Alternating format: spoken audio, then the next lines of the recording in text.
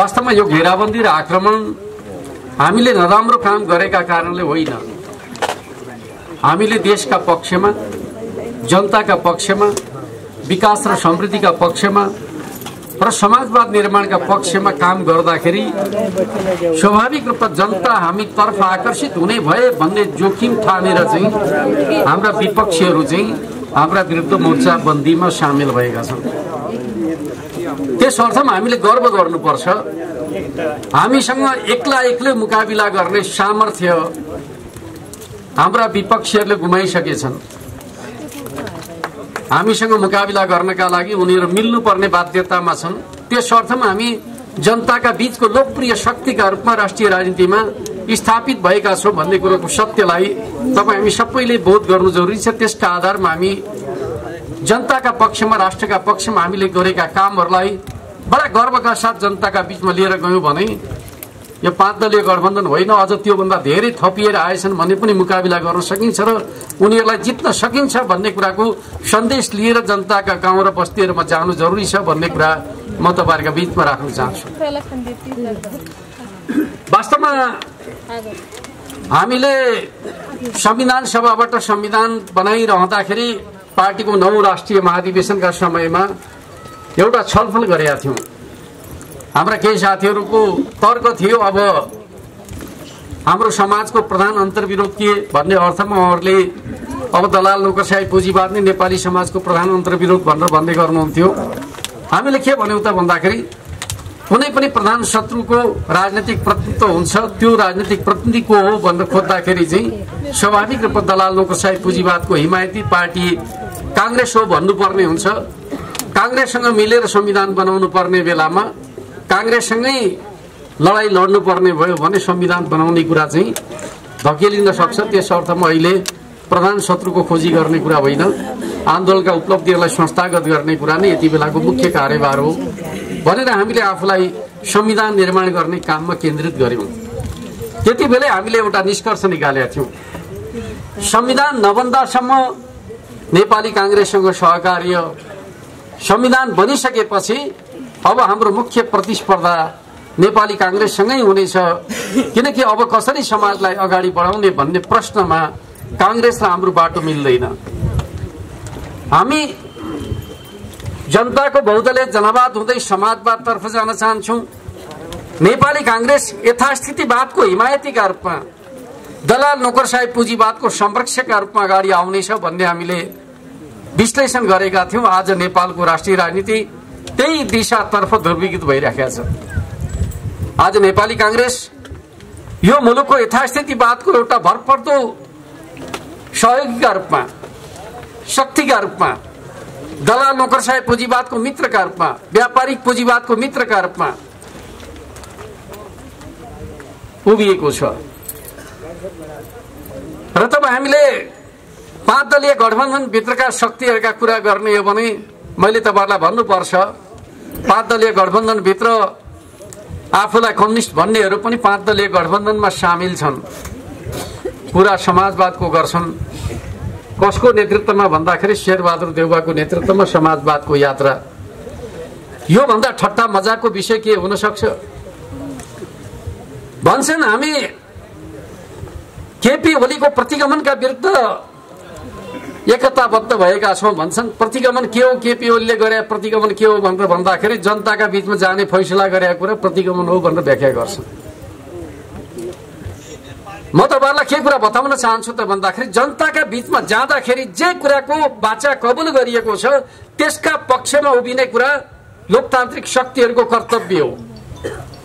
तर प्रचण्ड र माधव नेपालहरू चुनाव लड्दाखेरि कांग्रेसका विरुद्ध चुनाव लड्न तयार भए र भने त्यति बेला के भने त भन्दाखेरि हामीले 5 वर्षसम्म स्थायित्व दिन्छौं, दिगो सरकार दिन्छौं, वामपन्थीहरूको सरकार बनाउँछौं र यो समाजलाई समाजवाद तर्फ पुर्याउँछौं भन्ने कुराको कबुल गरे र कांग्रेसको नेतृत्व आयो भने समाजवादका विरुद्धमा त्यसले भूमिका खेल्छ। त्यस अर्थमा कांग्रेसलाई पराजित गर्नुस् भनेर चुनावमा भोट माग्दै हिँडे।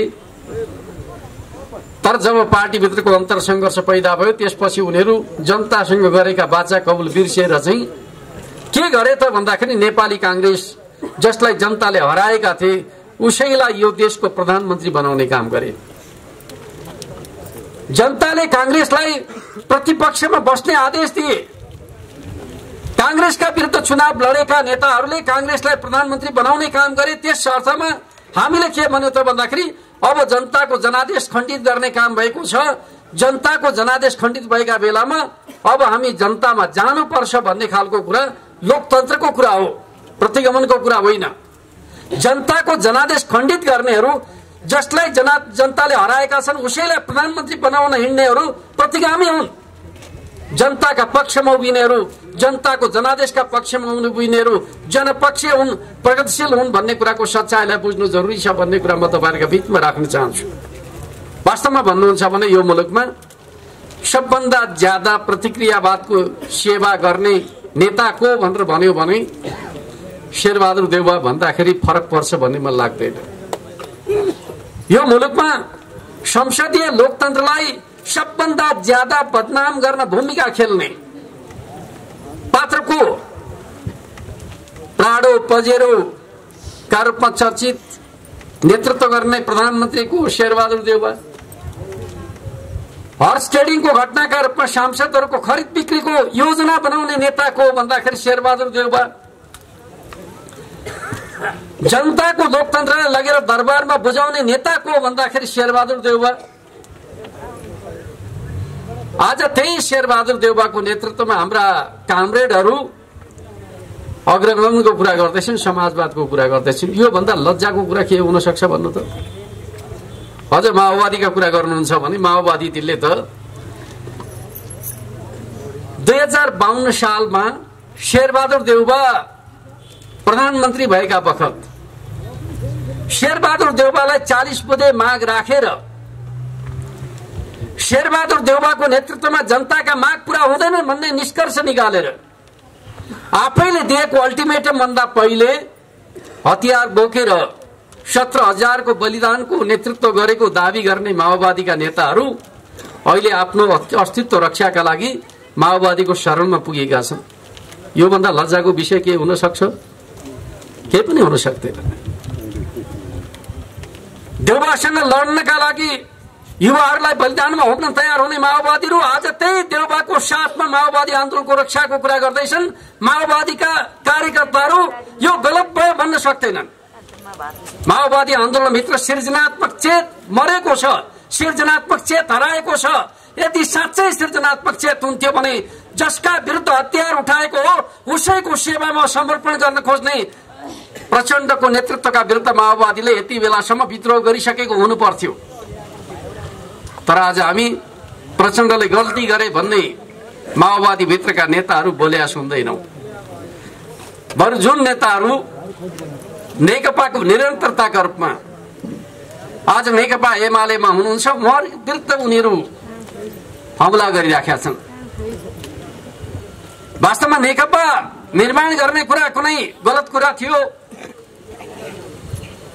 हामीले दुईवटा ठूला कम्युनिस्ट पार्टीलाई एकताबद्ध गरिकन एउटा बलियो कम्युनिस्ट पार्टी निर्माण गर्ने जे काम गरेका थियौ त्यो काम गलत थिएन। त्यो एउटा पवित्र कार्य थियो, जनताको चाहना थियो, राष्ट्र निर्माणको एउटा संकल्प थियो, जसका आधारमा हामीले मुलुकमा एउटा बलियो शक्तिका रूपमा वामपन्थी शक्ति निर्माण गर्ने त्यसको नेतृत्वमा समाजवादको यात्रा अगाडि बढाउने संकल्पका साथ हामीले नेकपा गठन गरेका थियौं। तर दुर्भाग्यको कुरा नेकपा भित्रको अन्तरसंघर्षमा प्रचण्ड र माधव नेपालहरूले आफ्ना स्वार्थका लागि जसरी पार्टीलाई संकटमा पार्ने खालको काम गर्नुभयो त्यसैको परिणाम स्वरूप भन्नुपर्छ नेकपाको एकता जोगिन सकेन। आज नेकपा विघटित भएको छ। नेकपा भित्रको अन्तरसंघर्षमा प्रचण्ड र माधव नेपालले हरदम केपी ओली माथि एउटा आरोप लगाउनु भयो। त्यो आरोप के थियो भन्दाखेरि कमरेड केपी ओली नेकपाको एकताका पक्षमा हुनुहुन्न र उहाँहरूको दाबी थियो हामी नेकपाको एकताका पक्षमा छौं। कमरेड केपी ओली नेकपालाई विभाजित गर्न चाहँदै हुनुहुन्छ, उहाँहरूको आरोप थियो। तर नेकपा आज विघटित भएर तीनवटा समूहमा विभक्त भएको छ। हामी तीनवटा समूहको अनुहार हेरौँ त। पुष्पकमल प्रचण्डले नेतृत्व गरेको नेकपा माओवादी केन्द्रको अनुहार हेर्नुभयो भने त्यो अनुहारमा नेकपा देखिन्छ? देखिँदैन। प्रचण्डले नेतृत्व गरेको माओवादी केन्द्रभित्र पूर्व माओवादी मात्रै देखिन्छ, नेकपा देखिँदैन। माधव कुमार नेपालले नेतृत्व गरेको नेकपा एकीकृत समाजवादीको अनुहार हेर्नुस् त, त्यहाँ नेकपा देखिन्छ? नेकपा देखिँदैन। त्यहाँ एमालेबाट असन्तुष्ट भएका, निराश भएकाहरूको एउटा समूह एकीकृत समाजवादीका रूपमा देखिन्छ। तर कमरेड केपी ओलीले नेतृत्व गर्नुभएको नेकपा एमालेको अनुहार हेर्नुभयो भने त्यहाँ नेकपा देखिन्छ। त्यहाँ पूर्व एमाले पनि भेटिन्छ, त्यहाँ पूर्व माओवादी केन्द्र पनि भेटिन्छ। अर्थात् एकता र एकीकरणको भाव नेपालका कम्युनिस्ट आन्दोलनभित्र कसैले बोकेको छ भने त्यो नेकपा एमालेले बोकेको छ भन्ने कुराको सच्चाइलाई तपाईँ हामी सबैले बुझ्नु जरुरी छ। र म तपाईँहरूलाई भन्न चाहन्छु, साँच्चै हामी यो देशका वामपन्थीहरू, कम्युनिस्ट क्रान्तिकारीहरू बलियो कम्युनिस्ट केन्द्र निर्माण हुनुपर्छ भन्ने कुरा ठान्छौँ भने आउनुहोस् नेकपा एमालेलाई बलियो बनाऊ। नेकपा एमालेले नै यो देशको कम्युनिस्ट आन्दोलनको नेतृत्व गर्छ। दलाल नोकरशाही पुँजीवादका विरुद्धको संघर्ष, प्रतिक्रियावादका विरुद्धको संघर्षको नेतृत्व कसैले गर्न सक्छ भने नेकपा एमाले मात्रै गर्न सक्छ। प्रचण्डको नेतृत्वमा अब समाजवादको यात्रा सम्भव छैन, किनकि उनले सत्ता भन्दा बाहिर राखेर संघर्ष गर्ने कुनै कल्पना गरेका छन् भन्ने मन लाग्दैन। आज प्रचण्डको चरित्र, सत्ता र प्रचण्ड भनेको पानी बिनाको माछा जस्तो, जति बेला उनले सत्ता गुमाउनु पर्छ छटपटी सुरु हुन्छ। प्रचण्डका लागि अब जनताका समस्याहरू, राष्ट्रका समस्याहरू प्रचण्डका लागि प्राथमिकताको विषय होइनन्। सत्ताबाट आफ्नो संरक्षण प्रचण्डको अन्तिम ध्येय हो भन्ने कुरालाई बुझ्ने हो भने अब प्रचण्डबाट समाजवादको यात्राको नेतृत्व हुन सक्दैन भन्ने कुरालाई तपाईँ हामी सबैले बुझ्नु जरुरी छ भन्ने कुरा म तपाईँहरूका बीचमा राख्न चाहन्छु। आज माओवादीको कुरालाई छोडिदिने हो भने नेकपा एकीकृत समाजवादीका नाममा पार्टीको दोकान थाप्न हिँड्नुभएका माधव नेपाल र झलनाथ खनालहरूका कुरा सुनौ। उहाँहरूले भन्नुभयो, पार्टी बनाइसकेपछि भन्नुभयो नाम र चुनाव चिन्ह चाहिँ हामीसँग छैन, नभएर के भयो, यो पार्टी निर्माण गरे त हामीले नै हो, वास्तविक एमाले त हामी नै हौं, हामी नै आधिकारिक हौं। अब एमाले पार्टीको मुख्य शक्ति बनेको एकीकृत समाजवादी हो भन्दै हिँड्नुभयो। तपाईँ हामी सबैले सुन्यौं। तर माधव नेपाल र झलनाथ खनालले जे काम गर्नुभयो त्यो कम्युनिस्ट आन्दोलनको हितमा थिएन, नेकपा एमालेको हितमा थिएन। जसका विरुद्ध संघर्ष गर्नुपर्ने हो त्यसैलाई केन्द्रमा राखेर पार्टी नेतृत्वको सरकार ढालेर कांग्रेसको नेतृत्वको सरकार बनाउनेहरूलाई नेकपा एमाले पंक्तिले माया गर्छ भन्ने कुरा उहाँहरूले एक प्रकारले भन्ने भने एमाले पंक्तिलाई नबुझेको कुरा थियो। र अहिले स्थानीय चुनाव सम्पन्न भयो हो, स्थानीय चुनावमा हामीले सोचे जस्तो परिणाम प्राप्त गर्न सकेनौं। तर म तपाईहरुलाई बताउन चाहन्छु, त्यसले एउटा सन्देश पनि दिएको छ। नेपालको कम्युनिस्ट आन्दोलनको मुख्य शक्ति माओवादी पनि होइन, एकीकृत समाजवादी पनि होइन, नेकपा एमाले हो भन्ने कुरा स्थानीय चुनावले सन्देश दिएको छ। त्यस अर्थमा हामीले वामपन्थी आन्दोलनलाई बलियो बनाउन चाहनेहरूलाई भन्नुपर्छ, जनताको जनादेशलाई मानेर अब नेकपा एमालेलाई नेपालको वामपन्थी आन्दोलनको मुख्य शक्तिका रूपमा स्थापित गर्नका लागि तपाईहरु राजनीतिक ध्रुवीकरणको प्रक्रियामा सामेल हुनुहोस्।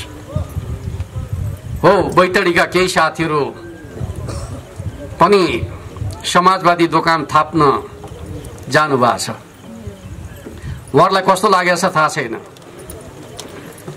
उहाँहरूले असली माल बेचिराखेका छौं भन्नुभएको छ कि बेचिरहेका मालहरूभित्र चाहिँ जनता र राष्ट्रलाई नोक्सान हुने चीजहरूको बिक्री भइराखेको छ भन्ने कुरा सायद खोलेर हेर्न पनि आवश्यक ठान्नु भएको छैन। जसरी हाम्रो विक्रम साईजीले खोलेर हेर्नुभयो भित्र त केही पनि रहेनछ, खोल मात्रै आकर्षक रहेछ भनेर जसरी बताउनु भयो, बैतडीका एकीकृत समाजवादीका नेताहरूलाई त्यो हेर्ने जाँगर पनि छ जस्तो लाग्दैन। उहाँहरू नशामा, विभाजनको नशामा, यो विभाजन आफैमा एउटा गाँजा चरेस भन्दा पनि नशालु नशा हुँदो रहेछ। घृणाको नशा, विभाजनको नशा, प्रतिशोधको नशा, यस्तो नशा हुँदो रहेछ जसले गाँजा चरस भन्दा पनि मान्छेलाई लट्ठ्याइदिँदो रहेछ। हामीले हाम्रा साथीहरूलाई त्यो नशाबाट मुक्त गर्नु जरुरी छ। साथीहरूले गल्ती गरे भनेर घृणा गर्ने होइन, उनीहरूलाई सच्याउनु जरुरी छ। नेताले गल्ती गरे त्यसका बहकाममा लागेका कार्यकर्ताहरूलाई पार्टीमा फर्काउनु जरुरी छ। त्यस अर्थमा म तपाईलाई भन्न चाहन्छु, अब हामीले बैतडी जिल्लामा नेकपा एमालेलाई गठबन्धनको मुकाबिला गर्न सक्ने शक्तिका रूपमा स्थापित गर्नका लागि माओवादी केन्द्रमा रहेका कार्यकर्ताहरूलाई पनि तपाईहरुले खुला हृदयले स्वागत गर्न तयार हुनुपर्छ। एकीकृत समाजवादीमा रहेकाहरूलाई पनि तपाईहरुले खुला हृदयले स्वागत गर्न तयार हुनुपर्छ र भन्नुपर्छ, अब हामीले राष्ट्रको निर्माणको नेतृत्व गर्ने समय आएको छ। बलियो शक्तिका रूपमा अब हामी नेकपा एमालेलाई यो राष्ट्रको बलियो शक्तिका रूपमा स्थापित गर्न आउनु साथीमालो गरौं, हामी मिलेर काम गरौं। यो राष्ट्र निर्माण गर्ने जिम्मेवारी अब कसैले पूरा गर्न सक्छ भने त्यो नेकपा एमालेले मात्रै पूरा गर्न सक्छ भन्ने कुराको सच्चाई र सन्देशलाई लिएर जानु जरुरी छ भन्ने कुरा म तपाईहरुका बीचमा राख्न चाहन्छु। नेकपाको समयमा चलिरहेका अन्तरसंघर्षभित्र कार्यकर्तालाई विभाजित गर्नका लागि यस्ता प्रकारका भ्रमहरू सिर्जना गरियो। पहिलो कुरा त मैले भनिहाले तपाईहरुलाई, कमरेड केपी ओली नेकपाको एकता चाहनुहुन्न भनेर आरोप लगाइयो। सच्चाई अहिले प्रकट भएको छ। एकता र एकीकरणका पक्षमा कुनै पार्टी छ भने त्यो एमाले मात्रै छ। अर्कोतिर भनियो कमरेड केपी ओली अध्यादेशका माध्यमबाट शासन गर्न खोज्दै हुनुहुन्छ भनेर घेराबन्दी गर्ने काम भयो। कमरेड केपी ओलीले प्रधानमन्त्री हुँदाखेरि भन्न खोजेको कुरामा कति मात्रै थियो भन्दाखेरि दल विभाजनको अधिकार दलका सदस्यलाई हुन्छ। संसदीय लोकतन्त्रमा दल विभाजनका अधिकार जनताले चुनेका प्रतिनिधिहरूलाई दिएको हुन्छ। हाम्रो कानूनमा त्यो व्यवस्था अलिकति मिचिएको छ। हाम्रो कानूनमा दल विभाजनको अधिकार दलका सदस्यलाई मात्रै होइन, पार्टीका सदस्य र दलका सदस्य मिलेर मात्रै दल विभाजन गर्ने प्रावधान राखिएको छ।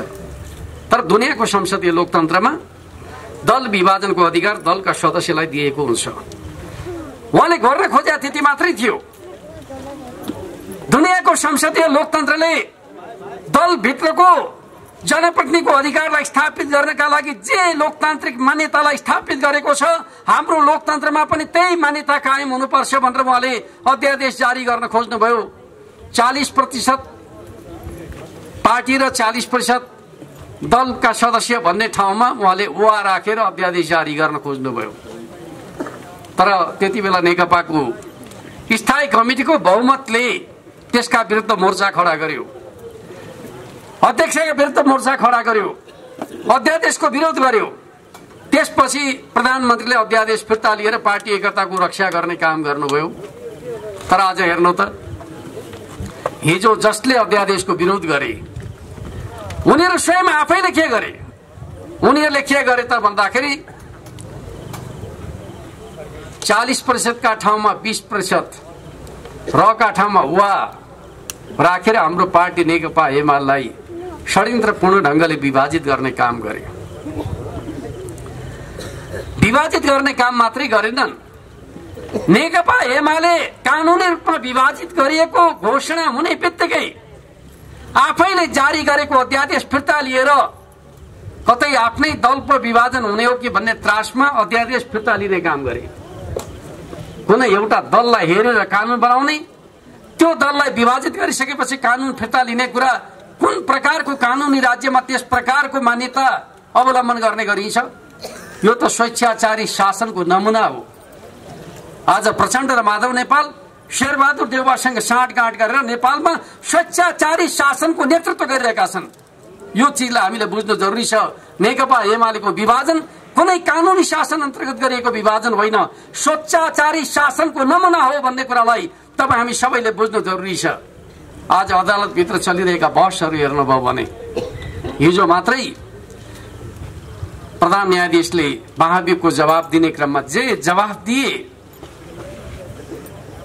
अदालतभित्र चाहिँ कस्तो सौदाबाजी हुँदो रहेछ भन्ने कुराको सबै कुरा छताछुल्ल भएको छ। नेकपा एमालेलाई विभाजित गर्ने, नेकपा एमालेलाई कमजोर बनाउने, नेकपा एमाले जनताका बीचमा जान खोज्दाखेरि रोक्ने प्रकारका षड्यन्त्रहरू कुनै राजनीतिक षड्यन्त्रहरू थिएनन्। वास्तवमा भन्नुहुन्छ भने त्यो अराजनीतिक कुरा थियो भन्ने कुरालाई हामीले बुझ्नु जरुरी छ। हामीले संविधान बनाउँदाखेरि एउटा परिकल्पना गरेका थियौं, अदालत लोकतन्त्रको रक्षाका पक्षमा खम्बा बनेर खडा हुनेछ। नेपाल राष्ट्रको अस्मिताको रक्षा अदालतका माध्यमबाट सम्भव हुनेछ भन्ने मान्यताका आधारमा हामीले मुलुकलाई संघीयतामा लाँदाखेरि पनि अदालतको प्रणालीलाई एकात्मकतामा राख्यौं। हाम्रो शासन प्रणाली संघीय छ, तर हाम्रो न्यायिक प्रणाली एकात्मक छ। तर आज अदालत राजनीतिका विवादहरू अदालतमा प्रवेश गराउने नेपालका राजनीतिक दलहरू, आज कांग्रेस, माओवादी, एकीकृत समाजवादीका नेताहरू राजनीतिक समस्याको समाधान हामी आफै गर्न सक्छौं भन्ने कुराको सामर्थ्य उनीहरूले गुमाइसकेका छन्। उनीहरू राजनीतिको समाधान अदालतमा गएर मुद्दा मामिलाद्वारा खोज्ने काम गर्छन्। अदालत जो संविधानको संरक्षक र कानूनको पालना गर्नुपर्ने कर्तव्यमा छ, वो कानूनको पालना होइन, राजनीतिका मुद्दाहरूमा बडा रुचि राख्ने गर्छ र राजनीतिका मुद्दाहरूमा उसले सौदाबाजी गर्ने गर्छ। आज अदालत राजनीतिक मुद्दाको सौदाबाजी गर्ने केन्द्रका रूपमा रूपान्तरित भएको छ। तपाईहरु सबैले बुझ्नुपर्छ, जति जति बेला नेपाली कांग्रेसले प्रतिनिधि सभा विघटन हुन्छ, यही अदालतबाट सधैँभरि त्यो प्रतिनिधि सभा विघटन सदर भएको छ, चुनाव भएको छ। जति जति बेला नेपालका वामपन्थीहरूले जनतामा जाने फैसला गर्छन्, अदालतले त्यति बेला रोक्ने गरेको छ। अदालत त्यही हो। कांग्रेसले गर्दाखेरि चुनाव हुन्छ, कम्युनिस्टहरूले गर्दाखेरि चुनाव रोकिन्छ। यसलाई हामीले कसरी बुझ्ने? राजनीति, कानून, संविधान को पालना गर्ने कुराहरूका सन्दर्भका बारेमा कांग्रेसले अगाडि बढ्दाखेरि एउटा प्रकारको व्याख्या, कम्युनिस्टले गर्दाखेरि अर्को प्रकारको व्याख्या हुन्छ र यतिसम्म कि प्रतिनिधि सभाको पहिलो विघटन स्वाभाविक रूपमा प्रधानमन्त्रीको योजनाको परिणाम थियो। प्रधानमन्त्री स्वयं आफैले विघटनको नेतृत्व गर्नुभएको हो, त्यसमा कुनै सन्देह छैन। जनादेश खण्डित भएपछि नयाँ जनादेशमा जाने प्रधानमन्त्रीको योजना अन्तर्गत पुष 5 मा प्रतिनिधि सभा विघटन भएको थियो। तर दोस्रो विघटन प्रधानमन्त्रीको योजनाको परिणाम थिएन। दोस्रो विघटनका बेला त प्रधानमन्त्री सरकार गठन गर्ने प्रस्ताव प्रस्तुत गरेर राष्ट्रपति कहाँ जानुभएको थियो। प्रधानमन्त्रीले सरकार गठनका लागि दलीय प्रणाली अन्तर्गत प्रधानमन्त्रीको दाबी गर्नुभयो। दुईवटा दलहरू जसको समर्थनमा बहुमत प्राप्त हुन्थ्यो, त्यसको समर्थन लिएर उहाँ सरकार बनाउनका लागि राष्ट्रपति कहाँ जानुभयो। तर शेरबहादुर देउवा दलको समर्थनमा होइन, सांसदहरूको समर्थनमा। हाम्रो प्रणाली संसदीय प्रणाली हो, दलीय प्रणाली हो। यो लोकतन्त्र ल्याएका नेपालका राजनीतिक दलहरूले लडेर ल्याएको लोकतन्त्र हो। शेरबहादुर देउवाले सरकार गठन गरेको दलीय प्रणाली अन्तर्गतको सरकार होइन, त्यो निर्दलीय सरकार हो। शेरबहादुर देउवाले अहिलेका 5 दलका नेताहरूको समर्थनमा गठन गरेको सरकार भनेको पञ्चायतको भूत हो, लोकतन्त्र होइन। पञ्चायतको भूतलाई बिउताउने काम गरिएको छ 5 दलीय गठबन्धनका नाममा, र त्यसलाई संविधान सम्मत देखाउने काम अदालतका तर्फबाट भएको छ। हो, हामीले त्यसको विरोध गरेका हौं। हाम्रो संविधानले निर्दलीय सरकारको कल्पना गरेका छैन। हाम्रो प्रणाली दलीय प्रणाली हो। दलीय प्रणालीमाथि विश्वास गर्छ हाम्रो प्रणालीले। तर आज शेरबहादुर देउवाको नेतृत्वको सरकार दलीय सरकार होइन, निर्दलीय सरकार हो। त्यहाँ नेकपा एमालेका सांसदहरूले पनि हस्ताक्षर गरेर बनेको सरकार हो। दलीय अनुशासनको उल्लङ्घन गरेर बनेको सरकार हो। यसो गर्न मिल्छ लोकतन्त्रमा? हामीले खोजेको लोकतन्त्र अनुशासनहीन अराजक लोकतन्त्र हो होइन। हामीले मुलुकलाई सभ्य समाजतर्फ अगाडि बढाउने हो भने दलहरू बलियो भएको समाजका रूपमा, दलहरू बलियो भएको लोकतन्त्रका रूपमा अगाडि बढ्नु जरुरी छ भन्ने कुरालाई तपाईँ हामी सबैले बुझ्नु जरुरी छ। त्यस अर्थमा आज नेपालको लोकतन्त्र शेरबहादुर देउवाको नेतृत्वमा, 5 दलीय गठबन्धनको नेतृत्वमा बाटो बिराएको छ, लिगबाट बाहिर गएको छ। त्यसलाई फेरि लिगमा ल्याउने खालको काम मङ्सिर 4 को चुनावले गर्नेछ। त्यस अर्थमा म तपाईहरुलाई बताउन चाहन्छु, मङ्सिर 4 को चुनाव सामान्य चुनाव होइन। नेपालको लोकतन्त्रलाई जसरी गलत बाटोतर्फ लैजाने काम भएको छ, त्यो गलत बाटोबाट नेपालको लोकतन्त्रलाई सही बाटोमा ल्याउने प्रयासका रूपमा हामीले बुझ्नु जरुरी छ भन्ने कुरा म तपाईहरुका बीचमा राख्न चाहन्छु। अर्कोतिर नेकपाका कालमा अर्को एउटा विषयमा पनि ठूलो विवाद चल्यो, एमसीसी प्रकरण भनेर तपाईँ हामीले नामाकरण गर्यौं। त्यति बेला कमरेड केपी ओलीको एउटा मान्यता थियो, एउटा सरकारले गरेको सम्झौता अर्को सरकारले बिना कुनै कारण रोक्न मिल्दैन। स्वीकार गर्ने अस्वीकार गर्ने काम संसदको काम हो। संसदमा टेबल गर्ने कुरा सरकारको कर्तव्य हो। त्यस अर्थमा एमसीसी सम्झौता हामी टेबल गर्छौं। उहाँले टेबल गर्न खोज्नुभयो, प्रचण्ड र माधव नेपालहरूले टेबल गर्न पाइँदैन भनेर रोक्नुभयो।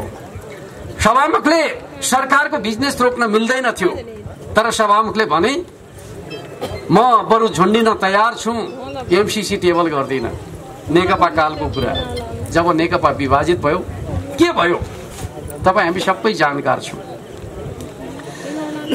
जुन सभामुखले म टेबल गर्दिन दलहरूको सहमति बिना भनेर चाहिँ झुन्डिन तयार छु भन्ने वचन सार्वजनिक गरे, तिनै सभामुखले नेकपा एमालेको असहमति रहँदा रहँदै एमसीसी सम्झौता संसदमा टेबल गरे, जसले यो राष्ट्रघाती हो, हामी कुनै हालतमा पास गर्दैनौं भन्ने प्रचण्ड र माधव नेपालहरू हात उठाएर टेबल ठोकेर एमसीसी सम्झौता पास गरे र जनतालाई भने हामीले त जस्ता तस्तै पास गरे होइन, व्याख्यात्मक टिप्पणीद्वारा पास गरे हौं।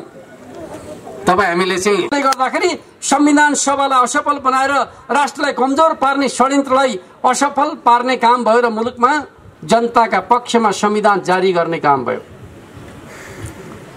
त्यसपछि तपाईँ हामी सबैलाई थाहा छ, यो मुलुकमा नाकाबन्दी लगाइयो। आवरणमा मधेसी दललाई खडा गरियो। नाकाबन्दी कसले लगायो तपाईँ हामी सबैलाई थाहा छ। कांग्रेसको नेतृत्वको सरकार थियो, तर कांग्रेसको नेतृत्वले कहिले भन्न सकेन यो नाकाबन्दी हो भनेर, सीमानाको अवरोध भन्न पुग्यो। तर जब कमरेड केपी ओली प्रधानमन्त्री हुनुभयो त्यसपछि उहाँले एउटा कुरा गर्नुभयो, तपाईहरुलाई पनि त्यति बेलाका बारेको सम्झना छ भने जहाँ धर्ना छ त्यहाँबाट सामान आउने कुरा रोकियो, बुझ्न सकिन्छ। जहाँ धर्नै छैन त्यहाँबाट सामान चाहिँ किन नआएको भनेर प्रश्न गरेपछि जवाब के छ? 2-3टा नाकामा धर्ना हुन्छ, 12-14वटा नाकामा सामान आउँदैन। यो चाहिँ धर्नाका कारणले सामान नआएको हो होइन, यो नाकाबन्दी हो। र छिमेकीले नाकाबन्दी लगाउन मिल्दैन भनेर चाहिँ प्रधानमन्त्रीको कुर्सीबाट बोल्ने साहसी नेता हो हाम्रो अध्यक्ष केपी शर्मा ओली भन्ने कुराको सच्चाइलाई बुझ्नु जरुरी छ। र आज हाम्रो पार्टी र उहाँमाथि भइरहेको आक्रमण र घेराबन्दी त्यही देशभक्तिपूर्ण अडानको परिणाम हो भन्ने कुरालाई हामीले बुझ्नु जरुरी छ भन्ने कुरा म तपाईहरुका बीचमा राख्न चाहन्छु। कमरेड केपी ओली प्रधानमन्त्री भएका बखत नेपालको गुमेको भूभागलाई समेटेर नक्सा प्रकाशित गर्ने काम भयो। आज सबैले चुच्चे नक्साका रूपमा बडा गर्वका साथ त्यो नक्साको चर्चा गर्ने गर्नुहुन्छ। त्यो चुच्चे नक्सालाई प्रकाशित मात्रै गर्नु भएन, नेपालको संविधानको अनुसूचीमा राखेर त्यो नक्सालाई सर्वसम्मत रूपमा पारित गर्ने कामको अगुवाई गर्नुभयो। आज शेरबहादुर देउवाको नेतृत्वको सरकार जब विदेश भ्रमणमा जाने गर्छ, दूतावासका भित्ताबाट चुच्चे नक्सा हटाउने गरिन्छ। उनीहरूबाट नेपालको गुमेको भूभाग फिर्ता गर्ने कुराको कल्पना गर्न सकिन्छ? सकिँदैन। वास्तवमा यो सरकार 5 दलीय गठबन्धन सरकार बने के हो भन्दाखेरि पहिले एउटा भाषाको प्रयोग हुने गर्थ्यो, लम्पसारवादीहरूको सरकार भनेर भन्ने गरिन्थ्यो। हडाल लिन सक्ने हुती त उनीहरूको छैन, जे भन्यो त्यही मान्ने यिनीहरूको चलन छ।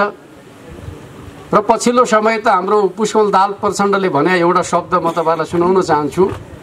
हामी नै हाम्रा छिमेकीका लागि कम्फर्टेबल हौला नि, कांग्रेस र माओवादी नै कम्फर्टेबल होला नि, छिमेकीका लागि भनेका थिए। त्यही कम्फर्टेबल वालाहरूको सरकार त हो नि हो। कसरी देशका पक्षमा काम गर्न सक्छ? गर्न सक्दैन। यो 5 दलीय गठबन्धनले जनता र राष्ट्रको हितका पक्षमा काम गर्न सक्दैन भन्ने कुरा पटक पटक प्रमाणित भइसकेको छ। त्यस अर्थमा हामीले भन्नुपर्छ, महाकालीमा तुइन काटिएर जब नेपाली युवा डुबानमा परेर चाहिँ मृत्युवरण गर्छन्, सरकार बोल्न सक्दैन। बोल्न सक्छ? सुन्नुभयो? छानबिन प्रतिवेदन तयार हुन्छ, सार्वजनिक गर्ने आड गर्दैन। आफैले गठन गरेको छानबिन आएको प्रतिवेदन सार्वजनिक गर्ने आड गर्दैन। उनीहरूले जनताको जीवनको रक्षा गर्न सक्छन्, सीमानाको रक्षा गर्न सक्छन्, देशको स्वाधीनता र स्वाभिमानको रक्षा गर्न सक्छन्, राष्ट्रिय हितको जगेर्ना गर्न सक्छन्। गर्न सक्दैनन् यिनीहरू। यो देशको हितको रक्षा गर्न सक्ने एउटै पार्टी छ, त्यो नेकपा एमाले हो भन्ने कुरा जनताका बीचमा लिएर जानु जरुरी छ भन्ने कुरा म तपाईहरुका बीचमा राख्न चाहन्छु। अर्कोतिर नेपालका राजनीतिक दलहरू लामो समयसम्म झन्डै हामीले 6 दशक व्यवस्था विरोधी आन्दोलनमा गुजार्यौं। कहिले त राणाशाहीका विरुद्धको आन्दोलन, कहिले त पञ्चायतका विरुद्धको आन्दोलन, कहिले त राजतन्त्र विरुद्धको आन्दोलनका रूपमा नेपालका राजनीतिक दलहरूले सधैँभरि राज्य सत्ताका विरुद्धको संघर्षमा जीवन होम्नु पर्यो। तर अब जनताको संघर्षबाट हामीले संविधान सभाको अधिकार स्थापित गर्यौं। जनताले चुनेका प्रतिनिधिहरूले संविधान सभा गठन गरे। एउटा संविधान सभाले नपुगेर हामीले 2 संविधान सभाबाट जनताको संविधान बनाएका छौं। अब नेपालका राजनीतिक दलहरू राज्यका विद्रोही होइनन्, राज्यका निर्माता हुन्, राष्ट्रका निर्माता हुन्। हामीले भन्यौं अब यो राष्ट्र निर्माण गर्ने अभिभार नेपालका राजनीतिक दलहरूको काँधमा आएको छ। नेकपा एमाले विकास र समृद्धिको अभियानको नेतृत्व गर्न चाह्यो। र म तपाईहरुलाई सुनाउन चाहन्छु, पहिलो पटक हामीले हाम्रो पार्टी अध्यक्षको नेतृत्वमा सरकार बनाउँदाखेरि जनताका मुर्जाएका सपनाहरूलाई जागृत गर्न सफल भएको कुरा गर्यौं। जब दोस्रो पटक हामीले सरकार बनायौं, यो मुलुकमा विकास र समृद्धिको नयाँ एउटा लहर सुरु गर्यौं। हामीले ठूला विकासका परियोजनाहरू अगाडि बढायौं। हामीले म तपाईहरुलाई सुनाउन चाहन्छु, म यहाँ आइरहँदाखेरि मैले साथीहरूलाई सोधेँ महाकाली करिडोरको हालचाल के छ, बन्दैछ कि छैन भनेर सोद्धाखेरि बन्दैछ कामरेड, बन्यो भने के हुन्छ भनेर भन्दाखेरि बन्यो भने त अहिले हामी जुन बाटो हिँडिरहेका छौँ यो बाटो त यो पाटन आउँदाखेरि त हामी 4 घण्टामा आइपुग्छौँ कामरेड भनेर सुनाउनु। सपना नदेख्ने भने जनताको जीवन सहज हुन्छ र? यो महाकाली करिडोर टिङ्कर भन्ज्याङ हुँदै तिब्बत जोड्ने मार्गका रूपमा निर्माण गर्ने योजना सरकारले बनाएको थियो। तर 5 दलीय गठबन्धन आएपछि यस्ता ठूला योजनामा यसको कुनै ध्यान छैन, कुनै प्राथमिकता छैन। 7वटा करिडोरहरू हामीले भारत र चीनलाई जोड्ने करिडोर बनाउने पालिकाले प्रयोग गर्दै आएको जमिन अमेरिकी सेनालाई उपलब्ध गराउनु पर्ने सम्मका सम्झौताहरू लेखिएका थिए। त्यस्तो प्रकारको राष्ट्रघाती सम्झौता यो 5 दलीय गठबन्धनको नेतृत्वमा गर्ने प्रयास भइरहेको थियो। हामीले थाहा पाइसकेपछि विरोध र भण्डाफोर गर्यौं। अन्त्यमा 5 दलीय गठबन्धन पछाडि हट्नका लागि बाध्य भयो र भने उनीहरूले हामी एसपीपी सम्झौता गर्दैनौं, पत्र लेख्छौं भनेर भने आजसम्म त्यो पत्र लेखेको कुरा सार्वजनिक गरेका छैन। म तपाईहरुलाई के कुरा बताउन चाहन्छु भन्दाखेरि उनीहरूले अमेरिकालाई गोप्य पत्र लेखेर भने आउन सक्छन् मंसिर 4 गते चुनाव हुँदैछ, त्यो 3 जेलसम्म रोकेर राखौं, मंसिर 4 मा हामीले सरकार बनाएपछि पास गरौँला भनेर लेख्या पनि हुन सक्छन्। पहिले एमसीसी का बारेमा पनि त्यस्तै पत्र लेख्या कुरा त तपाई हामीले हेर्न पढ्न पायौं न त पाएनौं। देशभित्र कार्यकर्तालाई सडकमा नारा लगाउन पठाएको छ। शेरबहादुर देउबा र प्रचण्डले एमसीसी को हेडक्वार्टरमा लेखेर हामीलाई 6 महिनाको समय दियो भने हामी वातावरण बनाउँछौं भनेर पत्र लेखेको कुरा त तपाई हामी सबैले पढ्न पायौं त। त्यस अर्थमा यो मुलुकको नेतृत्व गरिरहेका नेताहरू देशप्रति कति गैर जिम्मेवार छन् भन्ने कुरा एमसीसी प्रकरणमा पनि देखिएको छ। यो एसपीपी प्रकरण पनि त्यस्तै हुन सक्छ भन्ने मान्यताका आधारमा अब हामीले कुनै प्रकारको उनीहरूलाई छुट दिनु हुँदैन। मंसिर 4 पछाडि यो 5 दलीय गठबन्धनको नेतृत्व कायम रह्यो भने फेरि देशघाती सम्झौता हुन सक्छ भन्ने कुराप्रति जनतालाई खबरदारी गर्नु जरुरी छ र उनीहरूलाई सत्ता भन्दा बाहिर राख्नु जरुरी छ, यो देशको अस्तित्व रक्षाका लागि भन्ने कुरा पनि म तपाईहरुका बीचमा राख्न चाहन्छु। आज हामी माथि भइरहेको आक्रमण र घेराबन्दी किन होला, के कारणले होला? तपाई हामीले आफैले यसो कल्पना गरौं त। यो देशमा राष्ट्रिय स्वाधीनता, स्वाभिमान र राष्ट्रिय हितका पक्षमा सबभन्दा ज्यादा अडान लिने पार्टीका रूपमा, अडान लिने नेताका रूपमा तपाईहरुले हेर्नुभयो भने कमरेड केपी ओलीलाई पाउनुहुन्छ, नेकपा एमालेलाई पाउनुहुन्छ। म तपाईहरुलाई सुनाउन चाहन्छु, जति बेला यो मुलुकमा जात जातका राज्यका नाममा एउटा विग्रहकारी अभियान चलाइएको थियो, कोही नेता बोल्न आँट गर्दैनथे। त्यति बेला यो जात जातका नाममा विग्रहकारी राज्य निर्माण गर्ने अभियानका विरुद्धमा खम्बा बनेर उभिने नेता को हो त भन्दाखेरि कमरेड केपी ओली नबिर्सनुहोस्। आज नेपाल राष्ट्र विभाजित हुनबाट जोगिएको छ। कसका कारणले भन्दाखेरि नेकपा एमालेको अध्यक्ष केपी शर्मा ओलीले चलाएको त्यो अभियानका कारणले गर्दाखेरि आज संविधान सभाबाट नेपाल राष्ट्रलाई विभाजित गर्ने षड्यन्त्र असफल भएको छ। कमरेड केपी ओलीले भन्नुभयो यो देश बहुजातीय, बहुभाषिक, बहुसांस्कृतिक देश हो। जात जातका नाममा राज्य बाँड्ने कुरा यो राष्ट्रलाई कमजोर पार्ने कुरा हो।